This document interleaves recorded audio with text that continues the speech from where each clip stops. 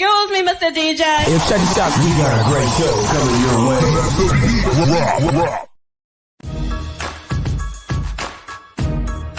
From the ECSI Sports Studios, it's the Midday Market Report with Jeff Dawson.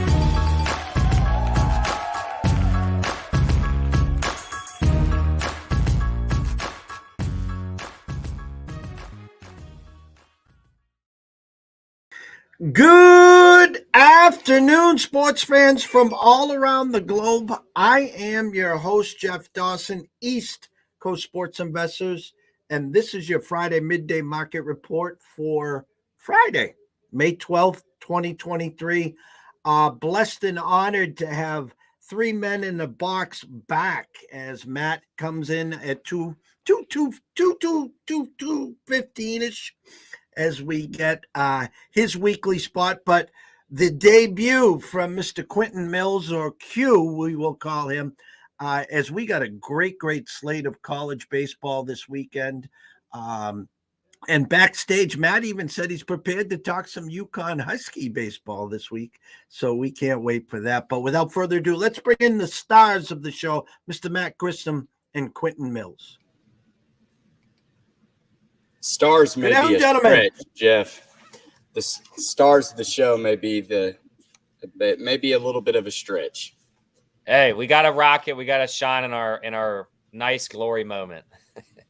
Hey, like I said, this is the three men in the box. It's time for us to, give out some information, some educational selections on this weekend's slate in college baseball. I'd like to circle back the wagons and talk about what transpired last weekend. And as we get further along in the show, some teams that are rising and some teams that are falling back. So I'll go to Matt to start. Matt, what transpired last weekend that kind of raised your eyebrows and basically you didn't see coming? I did not see Auburn taking the first or giving LSU their first SEC series loss. That dropped them out of the number one spot, which could be a good thing. We talked about, having that monkey on your back of being the number one team in the country is not a favorable one when you're talking about teams that go to Omaha and win it all.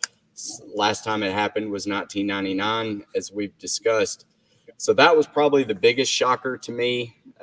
Outside of that, probably Florida dropping their series, South Carolina getting swept, and Alabama beating Vanderbilt. I mean, you had a lot of top 10 teams that went down this weekend or last weekend. So I'll let the man with the Florida hat down there talk about his Gators, but this is a big bounce back week. This is a time where, there's 2 weeks left in the regular season. It's time to buckle up and figure out what you're going to be over the next 2 weeks before postseason play starts. Yeah, you said it well. I think the Florida, obviously the upset was, as a fan, it was upsetting. From a gambling perspective, it was upsetting. I think Florida's the better team when it came to Texas A&M. But I think we saw flashes of what Texas A&M was supposed to be. They were preseason ranked 5 or 6. So obviously heading into the season, they were expected to be really well. They've had some injuries. Trevor Warner's battled some, Bose has battled some, Haas and some other guys. Nate Detmer, he's been inconsistent. This Texas A&M team can scare a lot of people in the country if they play and they can kind of sneak into the 64. So that'll be interesting to me. I think that was surprising on a positive note. Obviously, you stayed at LSU. I don't think any team is going to sweep the weekend series that we saw. Like you said, it was just surprising that Auburn was the team to do it. And then, you touched on the Vandy Bama. I really thought Bama might have closed shop after the drama with their head coach, but they showed they're scrappy. They're meant to be 30+ win team, and they really seemed, like I said last night on our show, Jeff. They played pissed off, like they were there to prove something that outside of the gambling, they're a real team to mess with, and that kind of surprised me that Vanderbilt kind of got punched in the mouth the way they did. Now. Taken last week, are we at that spot in the schedule where, lots of times we talk about the dog days of summer in the MLB. You get to a stretch where you hit that wall Are we at that spot in the collegiate this year where you're past the halfway point? You're waiting to get to the conference. You're waiting for, to play in the regionals and for the dance to begin.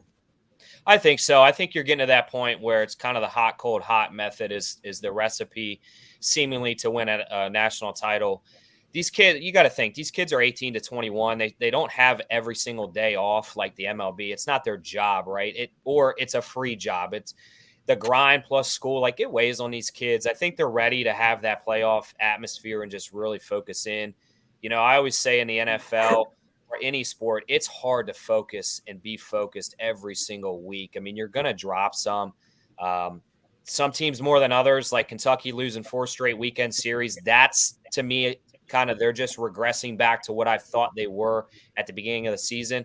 And I think you can also say that about South Carolina, and we'll probably talk about that with Matt later. But I think there's true regression for a couple teams, but I think there are some spots where they're just kind of got in that lull spot and they're going to pick it back up. I mean, you look at Vanderbilt.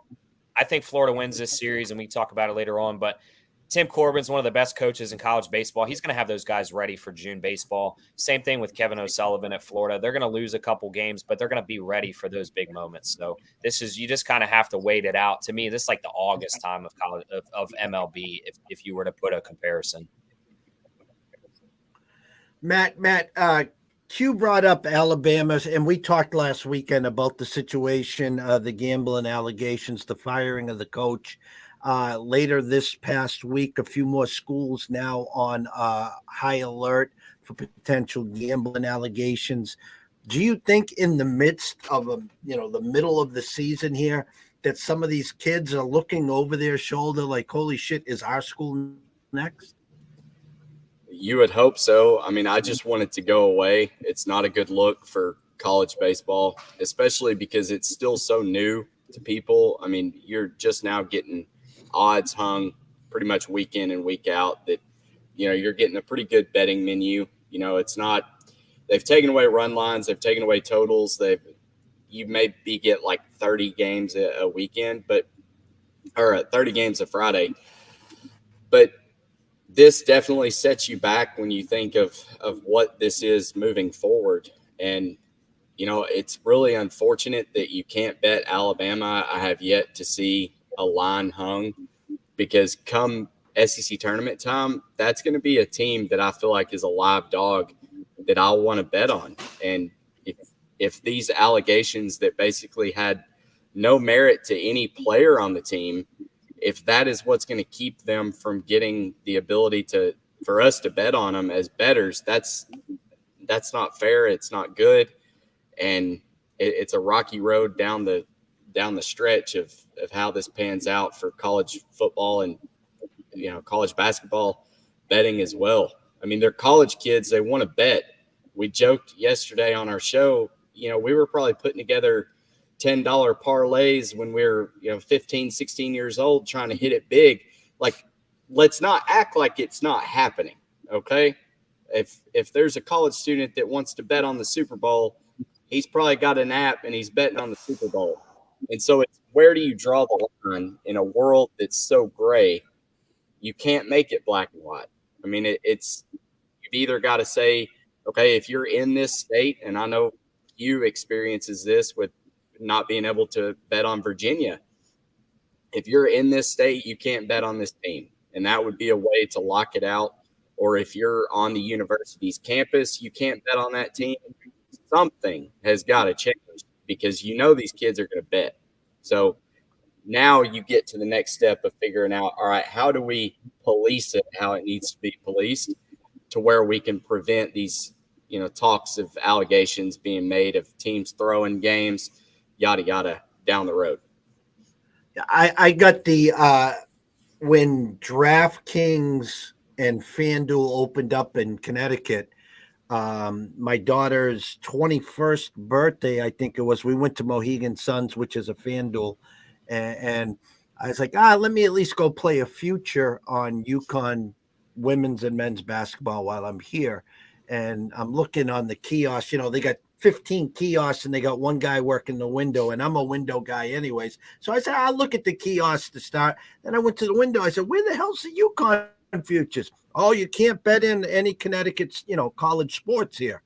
And I looked at him like I had 10 heads. I was like, well, what in holy hell would you bet other than UConn in Connecticut anyways? And he looked at me like, oh. So when Massachusetts passed and we went live January 31st, and then the apps in March 10th, again, it was you can bet anything and everything but any Massachusetts college sports. Now, again, the only real true school is BC, and then you're going to miss out on the college hockey. But there was an asterisk that says if there's tournament play, we will offer so many games on the tournament, which meant the Bean Pot, I thought, and maybe the ACC tournament when BC was playing. But neither were up. So, it kind of reminds me of the NFL and the NBA when it came to the weed. I mean, all these guys are doing it, and they're just getting the heads up. Hey, just let you're getting tested in 12 days. Make sure you shut it down, or they're getting the magic pill so it doesn't show up. Eventually, the players and the players union win out. I mean, I can say most. Apologies there. I can say at some point that this is going to win out again. At least I hope so at this point. So before we get into this weekend's games, Matt, give us a temperature on your Razorbacks. Your guess is as good as mine. I don't know anything about this team. They surprised me last week getting the sweep. I didn't see that coming, but once again, it's one of those things where if you watch the games, it's going to tell you how the series is going to play out. Case in point, we run ruled Mississippi State on Saturday, which allowed us to only throw 2 pitchers, and it kept, I guess, 5 out of 9 of our guys in the bullpen available for that last day game. So that helped a lot. They've got a tough series at home against South Carolina, who's coming in pissed off. They lost 2 straight series in the SEC. I don't know. It worries me. I am confident that Hagen Smith going tonight is going to get the win, but then we're just going to have to wait and see this series, how it shakes out. I guess the one positive note, if you want to take one away for my confidence level for Arkansas, Will Sanders didn't even make the trip for South Carolina. He was their Friday night guy, and he would have been one that I'd be worried that would bounce back because he typically does that when he has a bad performance. So he's not with the team this weekend. They've shaken it up. They're going with Eli Jones tonight. I'm assuming Jack Mahoney tomorrow. And like I said, we'll see how the series shakes out for the rest of the way, but I'm confident in the Razorbacks to get it done tonight. Cue the Gators. I think somebody in the pot of hot water threw a couple ice cubes in there last weekend, but we're turning back the heat, and we're going to heat up and take care of Vandy at home. And I think it's going to lead into heading onto the road against Kentucky next week, and we're going to take 2 or 3 there as well and really start getting ready and getting some momentum heading into Hoover. All right, I'm going to throw the ball up. We got this weekend slate. I am on Wager Talk for everyone watching and listening. You can go to Wager Talk /free odds. They got a boatload of games here. And I guess I'm going to start with Q. I'm looking at tonight's game at 5:30 Eastern, Vanderbilt at Florida. I had an opening number of Florida -110. And right now on DraftKings, it is ballooned to 125. I'm seeing 115, 120s across the board. Initial thoughts there.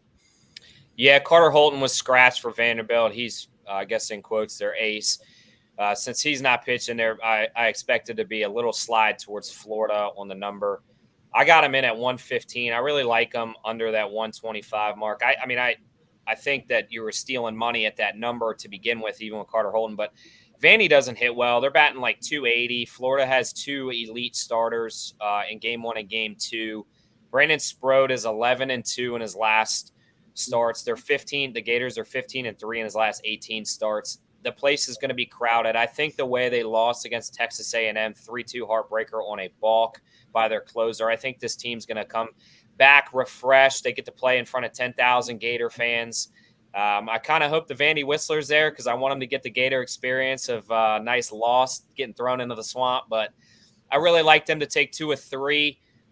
Vanderbilt's not doing it for me on the pitching aspect, especially with Carter out, and their offense isn't what I think is elite. I think Florida's offense is elite pretty consistently, and I think the 2 starters are going to get them the first 2 wins there.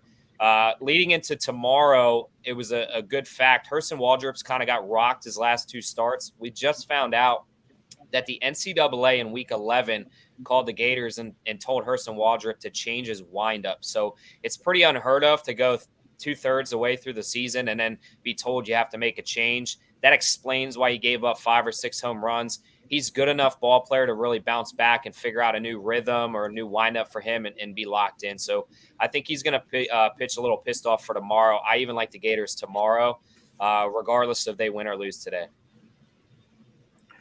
Matt, your turn. Let's talk about your UConn Huskies. Get that out of the way because you can't bet on them, which it's where it's supposed to be because this team, 9-1 in their last 10, okay? They've started canceling midweek games that would hurt their RPI. It's not worth it to them to play. They're sitting at 16. They don't want it to drop. So win or lose those midweeks, it was going to go down. They take on Butler this weekend, who is 11-38. No contest. Your Huskies are going to roll. In fact, they play a midweek with Rhode Island that they're probably going to cancel because they're below 500. And then they finish the year with Creighton, who's 22-19. So this UConn Huskies team will likely finish the year 42-11, 42-12, and will be in a pretty good spot to host. Now, we're assuming they're going to win the Big East. So then clue in the people that are not up to speed when it comes to the actual tournament there. So they win the Big East. Then what happens? They will host what is considered the regional? They would be a top 16 regional host. They would not be a national seed. I don't think. I mean, Q, you may tell me otherwise, but I just think without being in a Power 5, they're not going to be a regional host. It's kind of the same discussion with like Coastal Carolina, Campbell, Dallas Baptist. I just don't think that they've got a big enough pull as far as their stadium and what the NCAA, what they recommend, I guess. I'm not real sure if there's guidelines about that, but I don't think there would be a regional or a super regional host. But I definitely think a national host is on the docket for them. Flip-flop those. They're going to be a regional host, not a national. Yeah, that's what I mean. What hurts them is their schedule. We talked about that off air. They just don't play anybody with any stance in baseball. When you compare them, they're a mid-major. When you compare them to somebody like ECU or Coastal, who potentially can be a national host, those teams play big-time midweek games. They play, powerhouse ACC teams, Clemson, UNC, NC State. They have Wake Forest for Coastal Carolina. Those are the games that UConn and BC really need to start scheduling in the future if you want any chance of hosting. And those teams are on the bubble too. I mean, they have to play exceptional, almost perfect baseball all season long to even make the 8th seed. But then you look at a team like Florida, Arkansas, who can lose 15, 16 games and kind of slide into a top 8 seed with relative ease. It's not on those players. UConn, they probably should have won last year, but they're always going to have to battle on the road once they get out of their region. I think it's good for them if they host. It's good for Northeast baseball.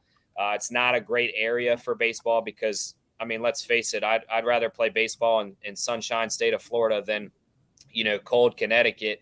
So it helps put them on a map. But, again, they're going to have to play on the road. And, maybe they're up for the challenge, but it's going to be a tall task. I've been talking every week here with Matt, and we have a lot of fun. I'm sure we get 2-3 minutes of UConn baseball, so he's got to go get his notes real quick.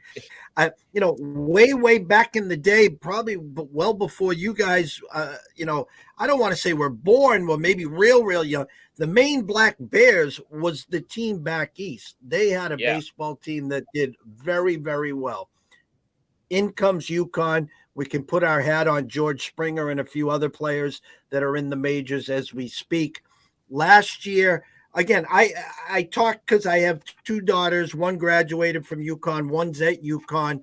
Uh, um, they can score with the best of them. The problem is the deeper they get, they just don't have the length in the pitching. So, you come a 2-3 game series against a powerhouse, they're going to have to outscore someone 18-17 to try to compete and beat these guys.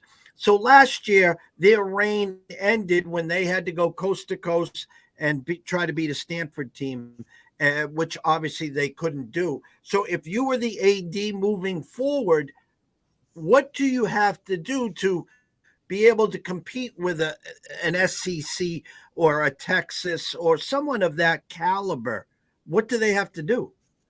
I don't I don't know if there's a real answer, to be honest. I just think they're so separate. I think the weather has a lot to do with it, and that's nothing that they're going to be able to compete with unless they somehow play in a dome to where it's 75 degrees in there.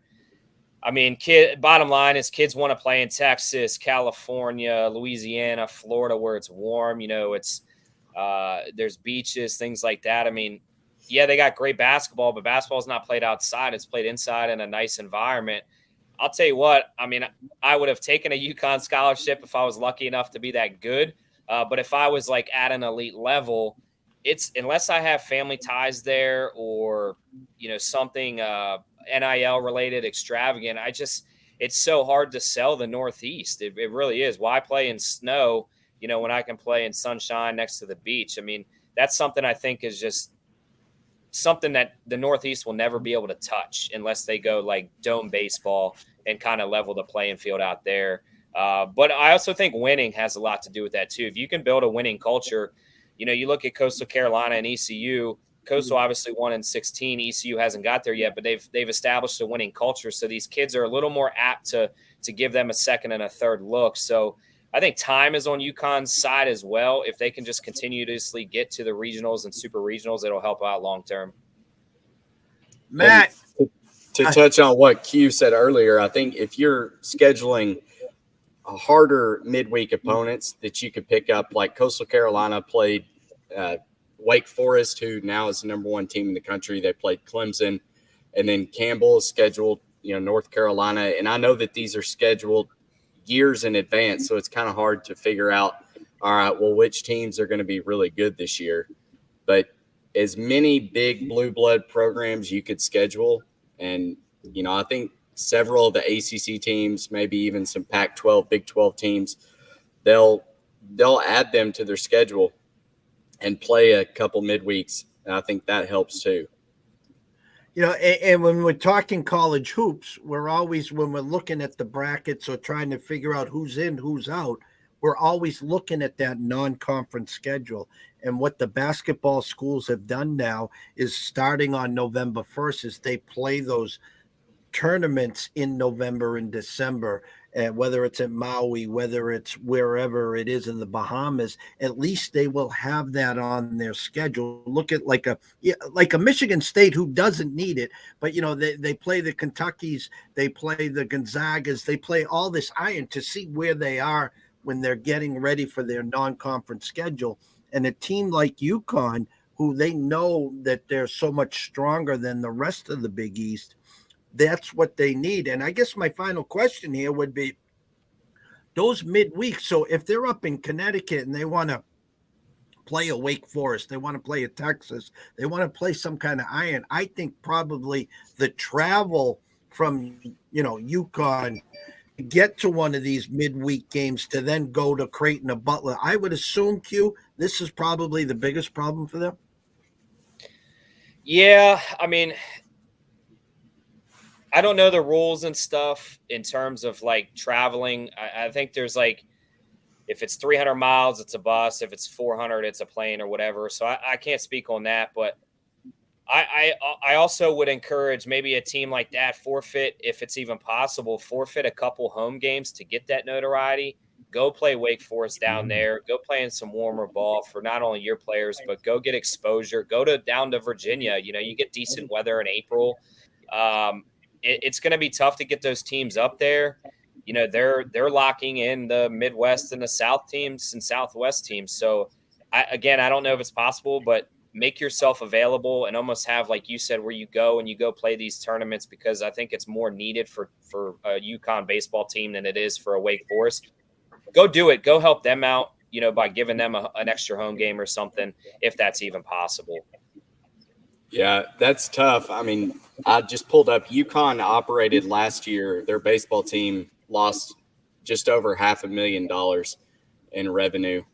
It's hard. It's hard to justify it. I mean, honestly, your best bet would be to figure out how to get invited onto one of those tournaments that start in college baseball early in the season, like they're doing. You've got the Carbach Classic, where we saw Iowa and LSU. You've got Shriners. You've got College Baseball Showdown. Did I see they're going to the Shriners next year? Did I see that right? Are they going to the Shriners next year? Oh, I don't know. I thought I saw that. Would be big, though, because then you're getting an opportunity to be on a national scene where you're getting to play other teams that are really good. And if you can come away with a winning record on that weekend, that's going to help you tremendously on the national stage. I'm looking at 7:30, Matt. Arkansas, South Carolina. I have an opening number of Arkansas minus 130. It is ballooned to 145 on DraftKings and Caesars, as high as 165 on Bet Online. You can grab South Carolina anywhere from plus 115 to as high as 135. What's the weekend outlook for the Razorbacks? I jumped all over Arkansas minus 135. I made this line like Arkansas minus 150. I thought it would settle down, especially with the news with Will Sanders not going and Eli Jones coming in. Eli Jones has not been bad. He's thrown 3.38 ERA, but Hagen Smith is the guy. I mean, he's 7-1. He played in that utility role. He's got a 2.56 ERA, but he's back as a Friday night starter, which we thought would happen after Brady Tygart came back, and he has excelled. I mean, that's his role. That's what he wants to do, and he's just out there mowing people down and competing. We are banged up, so I've got a little bit of hesitation as far as how the series plays out. South Carolina can smash the ball, so it's really hard to say that we're going to win or sweep the series. But I am confident tonight we get Tavian Josenberger back, and he's our leadoff hitter. He's quick around the bases. He's a hell of an outfielder, so that's going to help a lot. And then guys like Brady Slavens, Jay Sporfin, and Caleb Cowley have stepped up and have started swinging the bat really well. So it's Dave Van Horn magic right now. We're trying to close this thing out, and what's been a really bad season as far as injuries. And you look up and we're the number 3 team in the country. And I have to pinch myself to think, are we really this good? Because we're not great in anything except for we're really good at home. We've got one of the best Friday night starters in the country. We've got one of the best closers and one of the best head coaches. So at the end of the day, you got to back Hagen Smith tonight. And the price is indicative that it was mispriced to begin with. I think Arkansas at minus 135 was an absolute steal. Any other games or series that jump out at you? I said earlier, Louisville travels to Virginia, Georgia Tech to Duke, Wake Forest, huge favorites at Florida State, Texas Tech at West Virginia, Kentucky at Tennessee. I'm seeing Tennessee minus 160.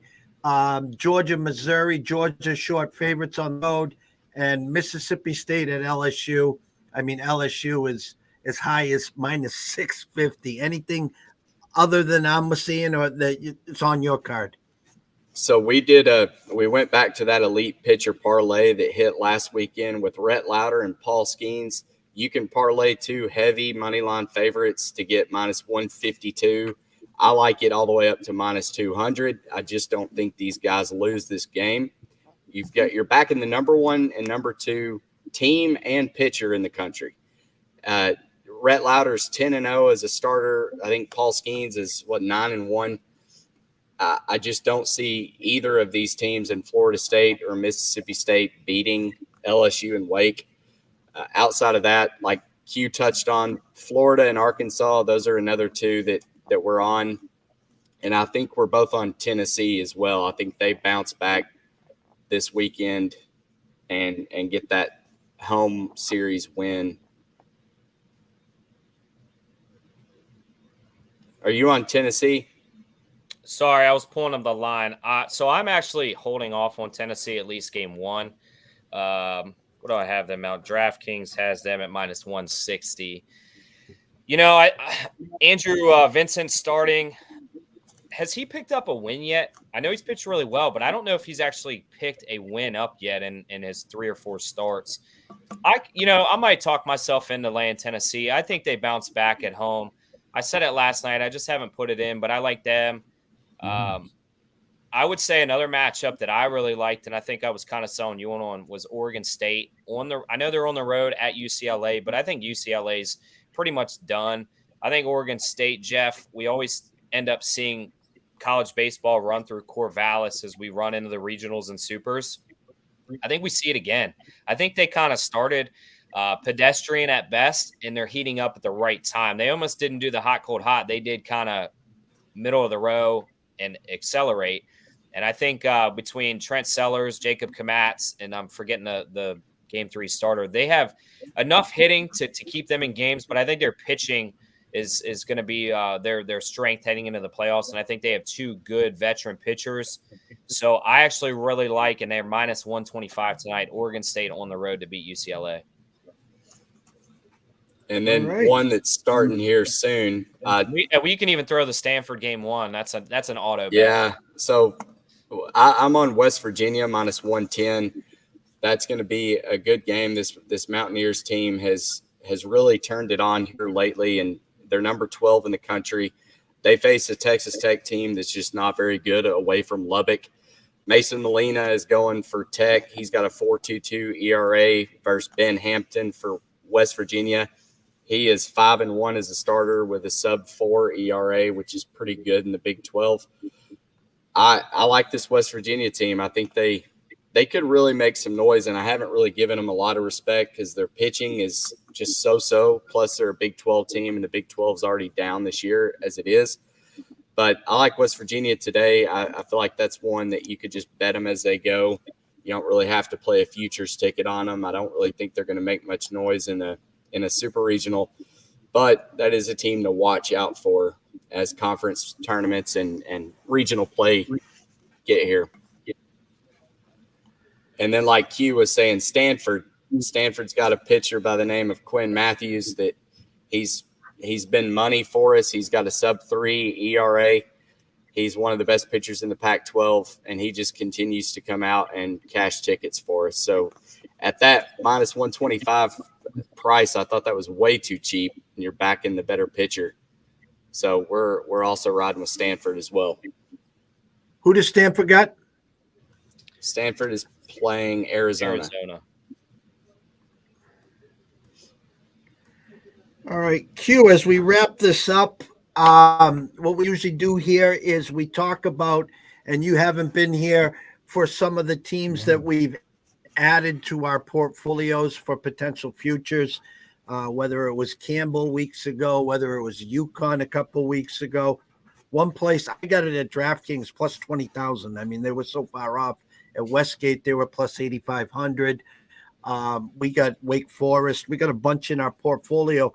Any teams that are starting to rise that could pique our interest to add to the portfolio, or any teams that were, you think at this point, overpriced and that you're hoping that come back to the pack? I think even I got 2. I think even double or triple dipping on Wake Forest at plus 650 is still solid, because I think LSU at 4-1 just seems so bad. If you can get, in our opinion, the better team at a better number, go ahead and throw more money on it. I don't know if anybody's beaten them, but for my dark horse, we talked about it last night. I really like UVA. I joke about it. When you look at the SEC and the Big 12, it looks like a minor league team playing, with a bunch of men. And then when you look at UVA, it looks like a bunch of frat boys, maybe a varsity high school team, just their appearance. But they're so good at small ball. They have one of the best coaches in college baseball. Brian O'Connor is going to have those guys ready every time it's the playoffs. They have a good 1, 2, 3 starting core, they're just kind of in that hot, cold, hot right now. I think they bounce back. I think they take 2 or 3, if not sweep a reeling Louisville team on the road. I think UVA is going to get back to their ways at home and really start to kind of polish themselves on a good run. They're at 25-1. And I even told Matt this on my notebook wagering show. We always call it pizza money. It's just that the couple extra dollars, you maybe order a pizza on a Friday night, throw that on them at 25-1. If they play really exceptional baseball in this series against Louisville, you look back at them as maybe a little more serious contender at a maybe you might catch them the books running late and keep them at 25-1 and you just double down on it.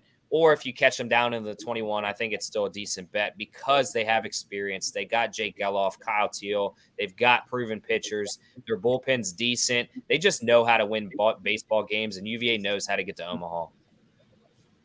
And also, I'm gonna add one more thing on because I'm gonna roll that into a futures play possibly.